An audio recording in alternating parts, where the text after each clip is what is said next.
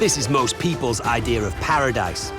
More than 200 palm-fringed islands, miles of white sandy beach, and warm turquoise seas teeming with spectacular wildlife.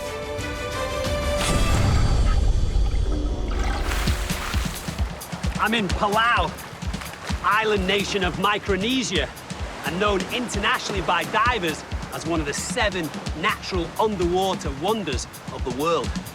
But I haven't come here to explore Palau's reef. I've come here to find the undisputed king of land crabs. Its Latin name is Burgess latro, more commonly known as the coconut crab. Check this out. The coconut crab is the largest land crab on Earth. It can reach lengths of 3 feet and can weigh 9 pounds. Some reach the size of rubbish bins. Their major food are coconuts, which they have the ability to rip open with their incredibly strong pincers. Those powerful pincers can rip open animal carcasses and kill small prey like other crabs. It's also been known to take the occasional kitten. And with strength like that, it could probably nab off my thumb. You're gonna have to be pretty careful when tackling this particular creature, Frank. Let's get moving.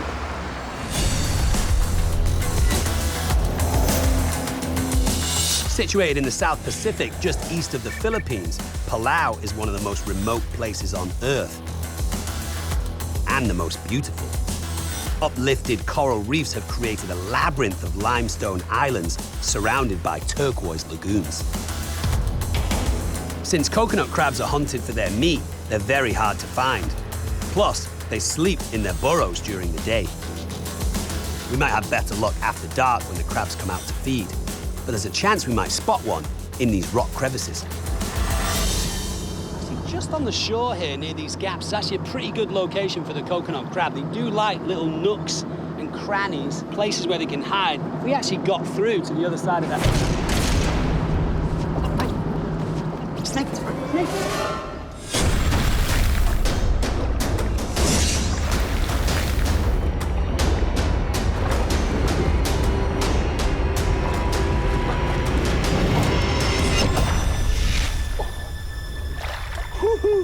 Check it out. This is a beautiful black and white banded sea crate, a highly venomous snake. Wow, incredible animal. They have an extremely potent venom. It's a very fast-acting neurotoxin, between 12 and 15 times more powerful than the majority of rattlesnakes out there. Their venom needs to be extremely potent because their prey, fish and eels, are very fast-moving. That venom has to work very, very quickly so that the animal doesn't get the opportunity to get away. That said, sea crates can move with deadly speed when they need to. If you look at the end of this snake's tail, it's like a rudder, a flattened rudder that allows this snake to move with a lot of speed.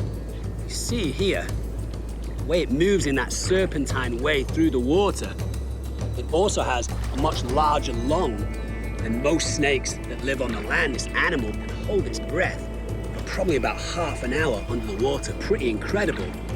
This is an extremely venomous snake, potentially very dangerous, but as you can see, all she's trying to do is swim away from me. In fact, I'm just gonna point this beautiful snake in this direction and go for a swim with her. A black and white banded sea crate. Beautiful, right? After a quick swim, it's time to head to the next spot, Koror, Palau's main island. Palau has a population of just 21,000 people, and most of them live here.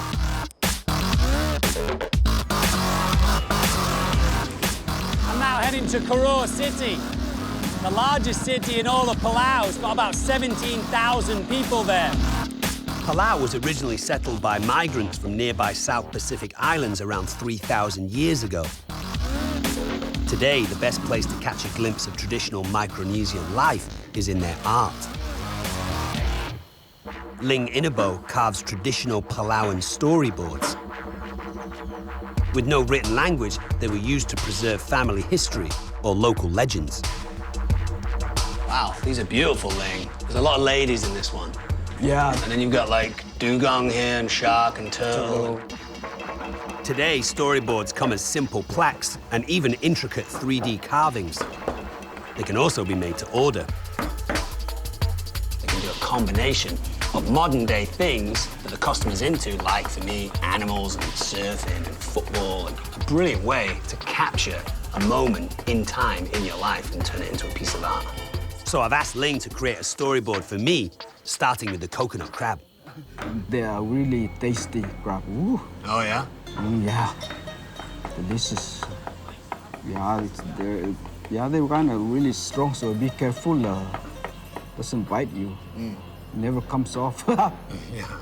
Can't wait to start carving this.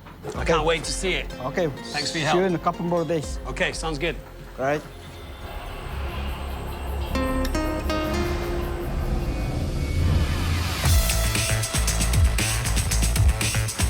After a little snoozy-do, I head out early to one of Palau's strange rock islands. They were formed when sea levels dropped millions of years ago. Many of these islands contain rare marine lakes. Palau's rock islands have over 50 marine lakes, more than anywhere else in the world, and the one that I'm going to visit right now has an extra special animal ingredient. This particular marine lake is called Ongai Mel Katau. It's home to one of the strangest and most beautiful animal migrations on the planet. Just after sunrise, every single morning, this tiny lake is transformed by millions of hungry jellyfish.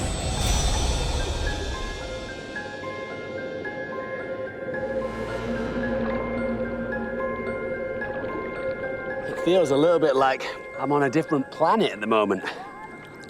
This entire lake just filled with majestically pulsating jellyfish. There are an estimated 13 million jellyfish just in this small lake alone. These are golden jellies. Jellyfish aren't fish, but more closely related to corals and sea anemones. 95% of their bodies are made of water, and they lack a brain, blood, or even a heart.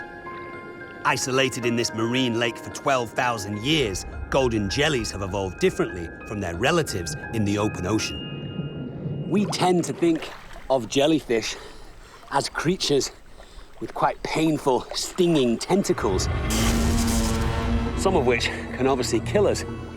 But not these guys. The rule of thumb with jellyfish is the longer the tentacles, the more painful the sting.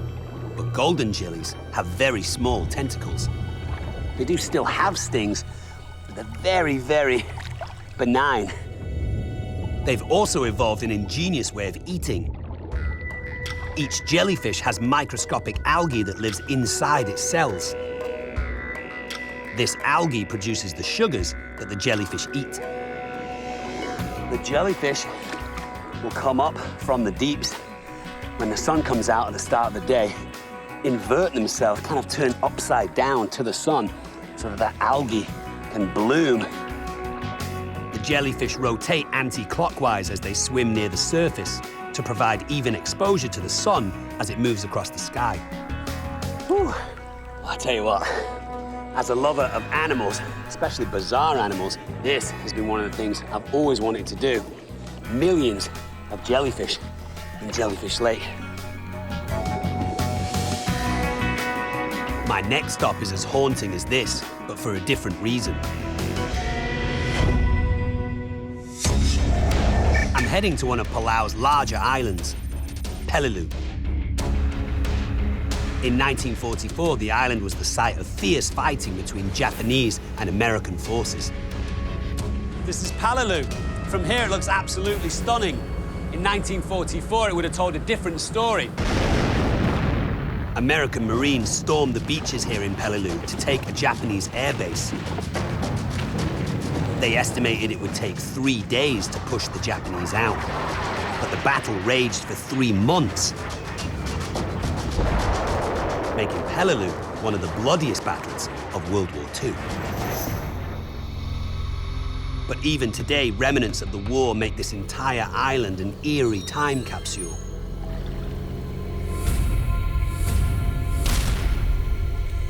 few people moved back here when the war ended, so Peleliu could be the perfect place to find coconut crabs. Oh, that's a good sign. This is actually a coconut crab trap. So what someone will do is take a coconut and then attach it with a wire to this little part of the forest floor here. Coconut crab will come over, start eating, but then it won't be able to take it anywhere. And a day or so later, the guy will come over, pick up coconut crab, free meal. But that means in this area there are coconut crabs, so it's a good sign. A little further on, we find a different sign. This one, a stark reminder that this idyllic island isn't exactly what it seems. Oof. This looks to be the remains of a Japanese plane.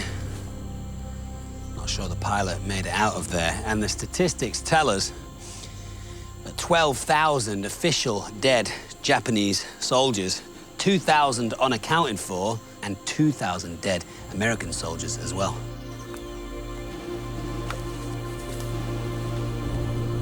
As the Americans swept through Peleliu, the Japanese retreated into a series of underground tunnels. This one is called Thousand Man Cave. Let's get a little deeper in, see if anything still lives in here. This cave system runs under the entire length of the island, and it could be home to all sorts of creatures that never see the light of day. Most humans get the heebie-jeebies in caves. It's a place that we're not naturally comfortable in. Not only that, but cave-dwelling creatures tend to give people a little bit of a fright as well. Nice. Look, check this out, Frank. Above my head here. See all those? A pretty big cluster of cave crickets. Cave crickets prefer to live in large numbers so they can alert each other of danger. In the pitch black, their extremely long antennae are an effective early warning system. They basically reach out into the darkness and feel around in their world with this antenna to understand what's going on, whether there's an animal coming along to threaten them or if there's some food nearby.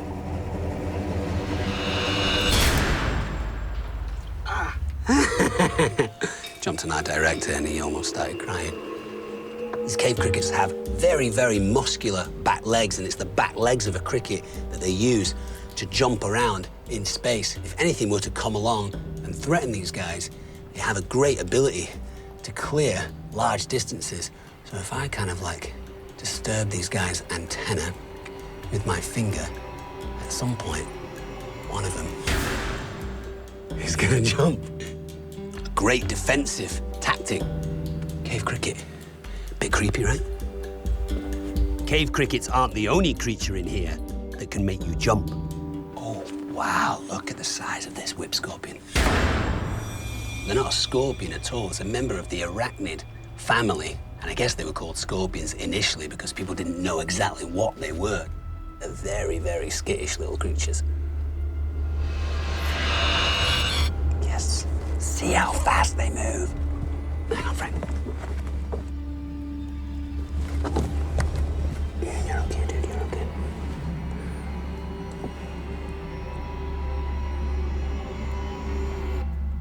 This is a harmless creature, even though it looks like something that might be part of people's nightmares. They don't have venomous fangs, but instead rely on stealth and lightning speed to capture prey. You can see those quite formidable-looking, spiky legs. When something comes over, it's gonna fire those things out, impale that creature on those spikes, and then bring it towards its mouth parts. You can see how these creatures can be described as nervous. You can see right now he's just feeling me out with those adapted, elongated front legs that he's got. All right, let's put this guy back on the cave wall where he belongs. The tailless whip scorpion. Very cool. One thing's for sure, it's survival of the fittest down here. And as we venture deeper into the cave, evidence of another epic fight for survival really hits home. Bits of metal, bullets, even Japanese sake bottles. Wow, they're everywhere. The Japanese survived in these caves for months, hoping to avoid capture. You can imagine that life for the Japanese military in these caves was probably pretty hard going. That's one of the reasons why you're seeing quite a bit of evidence of alcohol bottles strewn around. These caves lead to exits all over the island, so some Japanese soldiers were able to hold out even after the Americans took the island. Bit spooky. Oh, wow. So this building in front of us was actually the communication hub for the Japanese military. And as is the case with any human settlement that gets abandoned, nature takes over. All of these plants and trees are going to ultimately turn over all this concrete and just turn it into a bunch of rubble. Watch your step here, Frank. A little bit of a drop-off. Look, snake right here. See that snake? Hang on, let me see what this is. Nice camouflage on that snake. Oh, okay, cool. I was going to pull out my snake stick, but I don't need it. There you go. Nice. All right, let's maybe get off this little platform. Watch your step, Frank. This, if you can believe it, is actually a boa. Fully grown boa. It's called the bevel-nosed boa. You can see that very distinctive angle of the front of its face, where its nose is, almost like an overhanging cliff. Not only that, but it's got some very pronounced scales just above its eyes, which actually makes it look like it's a little surprised all the time. A little bit of an intelligent-looking snake. Does that make me look intelligent, Frank? Incredibly. Thanks, Frank. Great tree climbing snakes, and it has a very, very good grip. A fantastic prehensile tail. And this guy is so strong, it's actually able to hold on to me with just the tiniest amount of its tail. Look at that. It uses that strong grip to constrict its prey. Now, you would think with a boa that they're usually quite a large snake, and that is true. But on the Palauan Islands, there's not that many big animals, so it doesn't need to grow that big. It can only eat animals as big as the size of the largest part of its body. With this guy being fully grown, it's probably eating medium-sized lizards, things like that. You can see the size of the animal that you'd be able to get hold of with a mouth that big. Oh, you're being all cute, huh? Right, let's go put this guy back, Frank.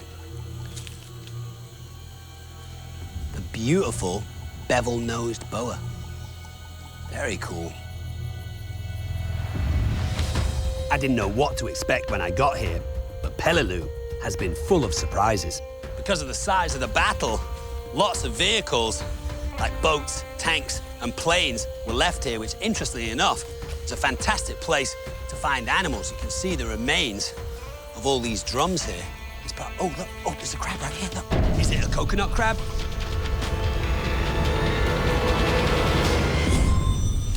Big pincers on this dude. But it turns out this isn't the crab I'm looking for. You're okay, little crab. Hi. Woo! Tell you what, he almost had my finger. This is a land crab, and a very, very squirrely, strong little creature. For its size, it's extremely strong, and as you can see, pretty formidable pincers. Some crabs can exert a force of about 14,000 pounds per square inch with their claws. That's nearly 35 times the strength of a wolf's jaw, and 100 times stronger than a person's bite. As you can see, the right-hand side is much bigger than the left-hand side, so this is a right-pincered, right-handed crab. They can use their pincers to communicate by drumming or waving them at other crabs. So you could say crabs talk with their hands, and it's telling me something right now. This interaction that I've had here with this land crab might prove to be a pretty good rehearsal if I'm ever to find the coconut crab. Even though this does look like a pretty big crab, they're only about 1/10 the size of the coconut crab. So you think about a crab that's got pincers 10 times as big as that. I'm gonna have to be very careful that I don't lose my thumb. I'm gonna put this guy back where I found him. Cute, but rather alien land crab. See you, dude.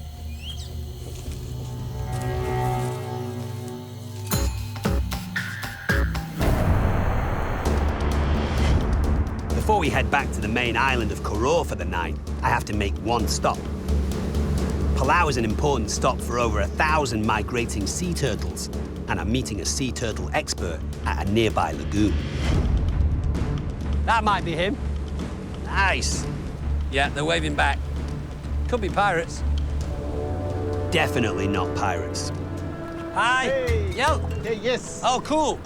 Yellop, Key Yellop, heads the Palau Conservation Society's Sea Turtle Squad. And today, I'm his right-hand man. We appreciate volunteers, so if we can jump in this boat, and Sweet. then we'll go find some turtles. Okay, sounds good. As part of a population study, Yallop is searching this bay for endangered green sea turtles. If we find one, we'll capture it, measure it, and tag the turtle. The idea is to try and take the flippers out of the water because it's a very strong swimmer. Yes, yes. Okay, and it doesn't hurt the turtle. No, it doesn't hurt the turtle. After about half an hour of searching and a few false starts, What's that? There. Yeah, our most promising sighting yet. yeah. Look. Right, yes. Come on, hurry up.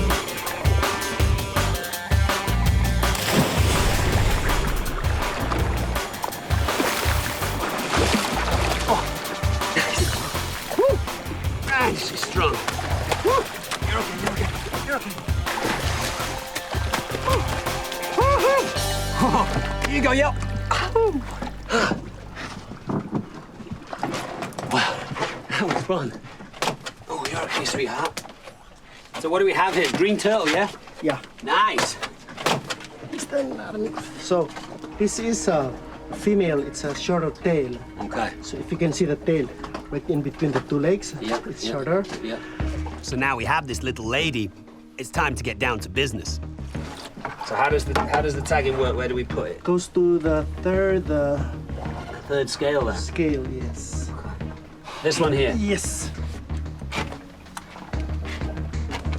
It's a little bit like getting her ear pierced or something like that. Maybe a little bit of a shock and then she's Yeah. okay. So this turtle will now be known by these identification numbers on both of these front flippers. And if she shows up anywhere in a fisherman's net or on a boat, it will get logged into a database. It allows Yelp to just understand a little bit more about the life cycle of this turtle. Green sea turtles spend most of their lives in the open ocean dining on seagrass. They can dive for about 4 to 5 minutes, making up to 144 dives every 12 hours. They have these very, very powerful front flippers that they use to propel themselves in the water. which allow them to swim incredible distances. We have received tags from Palau in the Philippines and Indonesia. Some Pacific green sea turtles have migration routes as long as 2,400 miles. That's the same distance between New York and Los Angeles. Cool. Are we done? Yes. So, can I take her Right. to be released? Is Time that cool? to release. This is the best part of it, all right? Cool. Let's get going. Uh-huh. Ready.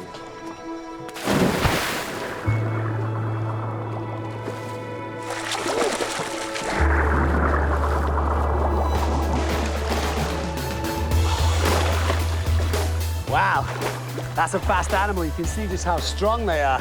Let it go. In a second and a half, it's gone. Sweet.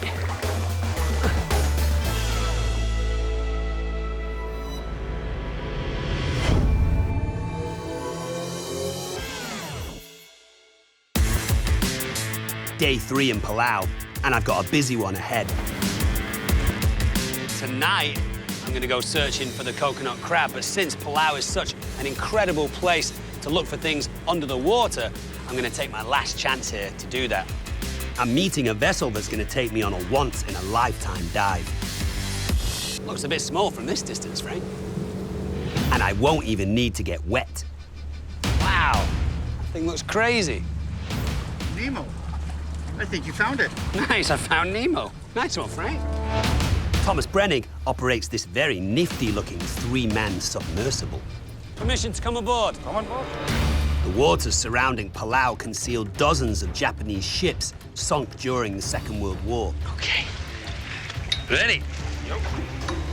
Like the battlefield in Palau, the shipwrecks have become home to all sorts of creatures.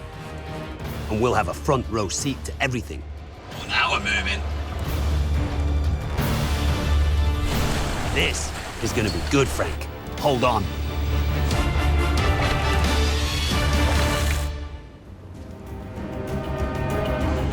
I've never been in a submarine before. And the view is amazing.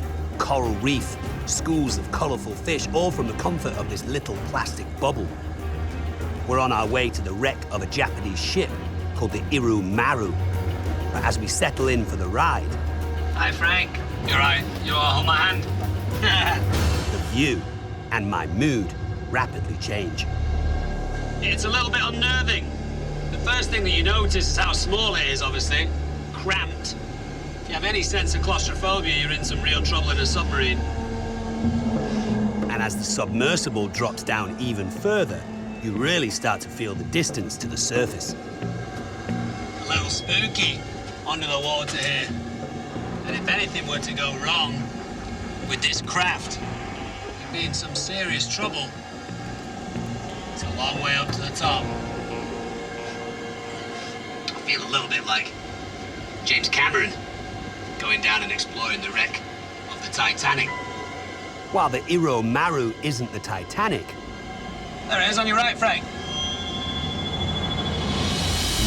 Our first glimpse is pretty impressive.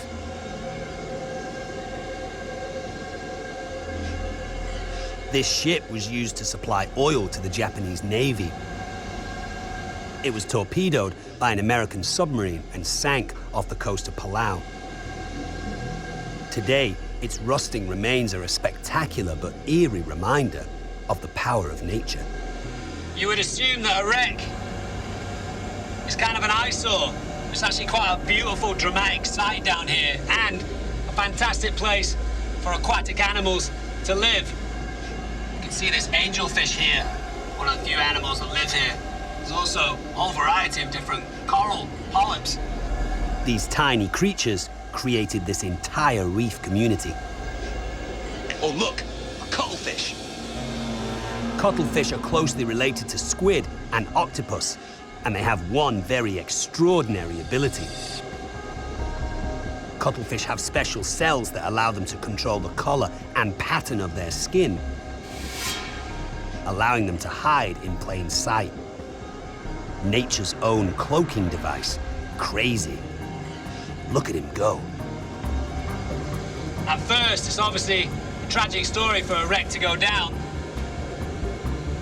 But later on, it becomes something positive for the marine life here. It's been an incredible ride, but now I'm itching to get up close and personal with some of the creatures down here. So for my next dive, I'm trading the submarine for something a little more my style. Could you zip me up, Maya? Sure. Not try to hit on you. Thanks. Maya Santangelo is a marine biologist working here in Palau. She's agreed to give me a guided tour of one of the best dive sites. So the plan is we're going to dive at Ulan Channel. We'll jump in along the reef wall. We'll keep the wall on our left-hand side.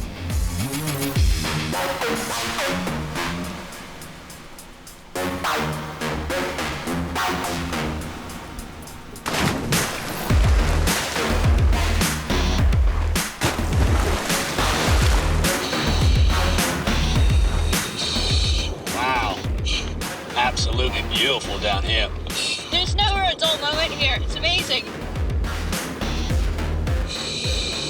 Gentlemen, take a look over here. That's the leaf scorpion fish. He looks just like a leaf. Wow. Brilliant camouflage. It almost looks like a leaf just blowing in the water. It's called the scorpion fish because it has some poisonous barbs that run all the way down the center of its backbone. And for us, if we were to accidentally step on it or put our hand on it, you get a pretty nasty sting. A great ambush predator. And what it's doing right here is being as camouflaged as possible, as still as possible, allowing itself to blow kind of gently with the tidal movements so that some of these little fish come close enough to it and then it will grab a free meal. Beautiful though, fascinating little animal. Cool. The waters of Palau have been described as the seventh wonder of the underwater world. One of the reasons for that is 3 ocean currents converge here. They churn up nutrient-rich water from deep in the ocean, and that attracts smaller creatures, which in turn attract bigger creatures. Hold up, shark!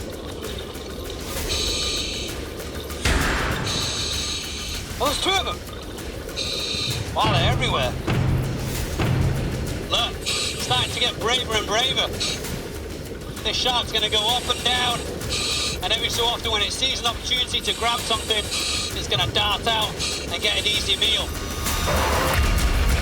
And we have a front row seat. Wow!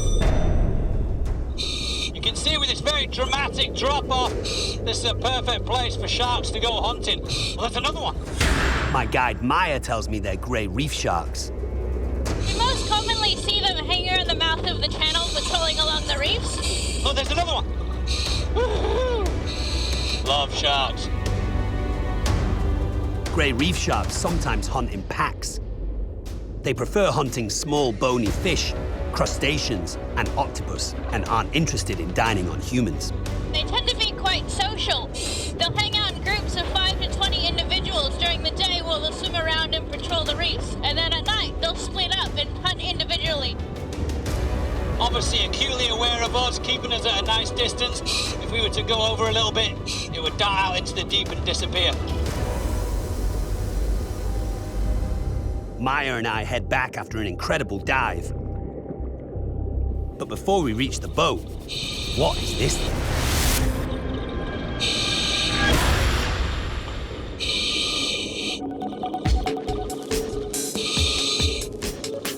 Wow! Check it out. This is the chambered nautilus. There's only around about 5 or 6 species of nautilus, and this is the largest. They've been around unchanged on planet Earth for around about 400 million years. That's 170 million years before the dinosaurs. Nautilus locate their prey, fish and crabs, by smelling the ocean current with their tentacles. Chambered nautilus has around about 90 tentacles. Then they reach out and pull prey into their beak-like mouth with those tentacles. Their spectacular shell can grow to as many as 30 separate chambers. Those chambers are filled with gas, allowing the shell to act as a float. They can swim down to depths of around about 2,500 feet. Any deeper than that, and their bodies will implode from the sea pressure. And they move by squirting water out of this little opening here. These guys really like a little bit of open, deep water, so I'm going to take it back to this drop-off here and just let it go.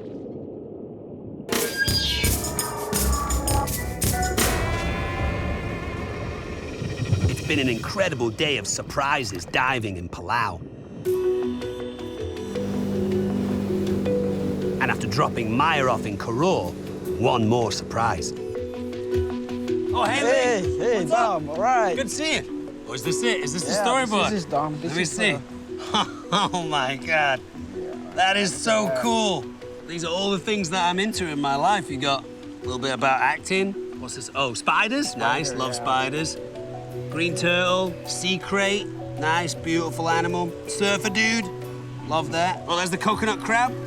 Pretty apropos for Palau. And then we got the sunset, which actually is matching a little Look at bit. that, look at that. That's Yeah. perfect. Man, Ling, that is wicked. That is one of the coolest things I've ever seen. All right. Thank you so much for that. Hey. I'm gonna shake your hand. I'm gonna give you a hug. Oh, wow. Sweet. Boom. I'm sure Ling's surprise will bring us luck. And I'll need all I can get. Tonight, I start searching for coconut crabs. I'm heading for Gemellis Island, where few people live or visit. The locals here say that that is one of the last places that you'll now find the coconut crab. I'm meeting Jake Oiterong, a conservationist who spent his youth in the area chasing coconut crabs. Jake. Hey. Hey. How's it going, man? I'm pretty good. How are you? Nice to meet you. Tonight, he's going to help me trap one of these colossal creatures, using their favorite food as bait. Jake and I get busy husking coconuts. It's hard work for us, so imagine how strong a coconut crab has to be to open up one of these. All right.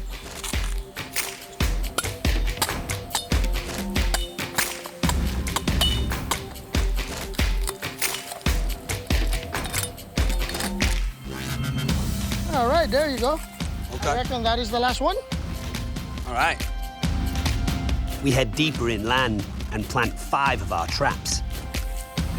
Light on.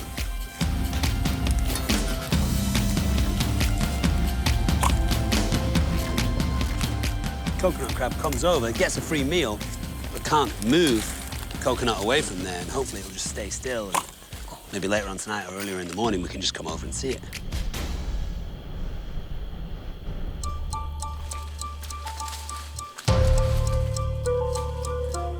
We monitor the traps all night for signs of coconut crabs.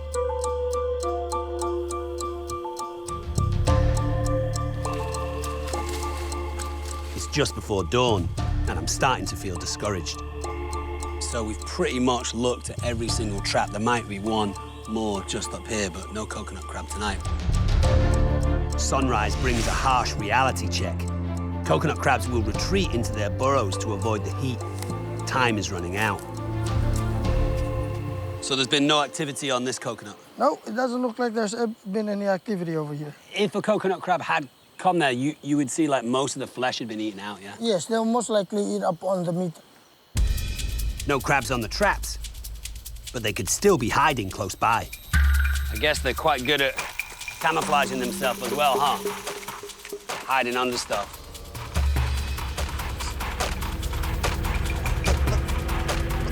Look, there's a crab right here.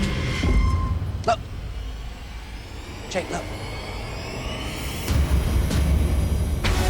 How do we grab these guys? Keep your hands away from the claws. Oh, that guy's big. There you go. Claws. All right.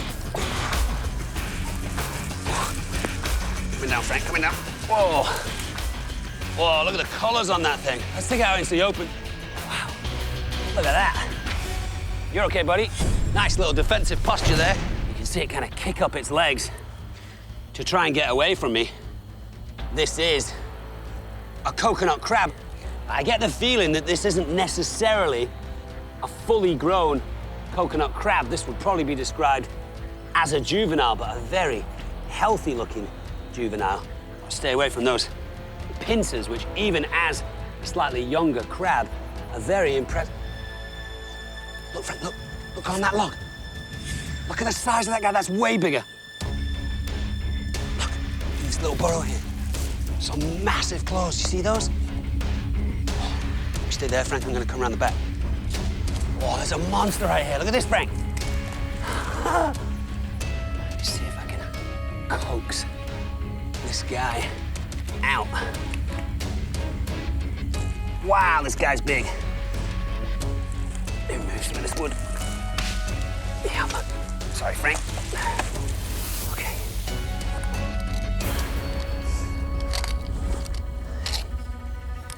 Yeah, grab my snake stick, that's good. Okay, I'm gonna bring him out with my snake stick. Back up, Frank, back up, back up. Back up, back up, back up. Okay, let's put him down here. Sooner or later, this guy's gonna let go of my snake stick. It's the largest land arthropod in the world. Arthropods are a group of animals that include insects, spiders, and crustaceans. This guy kind of looks like a combination of all of those creatures. Yeah! Nice. Great grip on that crab. Look at the end of my snake stick. I've had this snake stick all year, and it's wrangled with animals from all over the world, and the only thing that's really given it a pounding has been this coconut crab. Nice work, buddy. Definitely has the ability to just crack off your finger or thumb. Extremely painful. Its giant pincers need to be strong to rip open the hard husk and shell of coconuts. Once they find a weakness in the coconut, they'll then pierce into it with this much sharper middle leg. Then once they get a hole, they'll try and get these very, very strong fore pincers into the coconut and then have a meal. And if they can't find a coconut on the ground, they'll crawl into the trees to search for food. Coconut crabs are expert climbers. They can live up to 100 years and continue growing their entire lives. Older crabs can weigh up to 9 pounds and reach lengths of 3 feet. You can see it's actually lost its middle leg there. But like a lot of arthropods, it has a fantastic ability to regenerate that limb. And as you can see, there's a little knob here just starting to grow. It's almost like a superpower. Fantastic. Let's go compare him to that little baby one now and see how big this guy is. Oh, nice one, Jake. You've still got that one. So let's have a little comparison of size here. This guy's almost twice the size of that little one, huh? Wow. Have you ever seen anything bigger than this? Yes, I have seen one.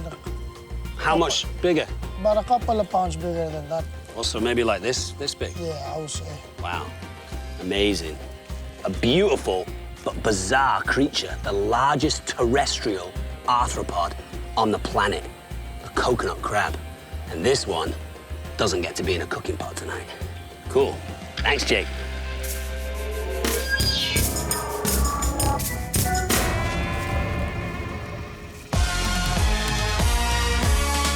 So that was Palau, a tiny island nation that's played host to some significant moments in human history and a place where I had some of the wildest underwater experiences to date. I got to swim alongside one of the world's most venomous snakes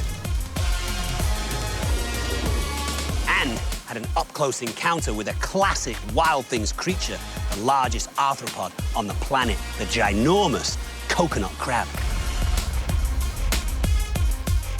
Palau, paradise.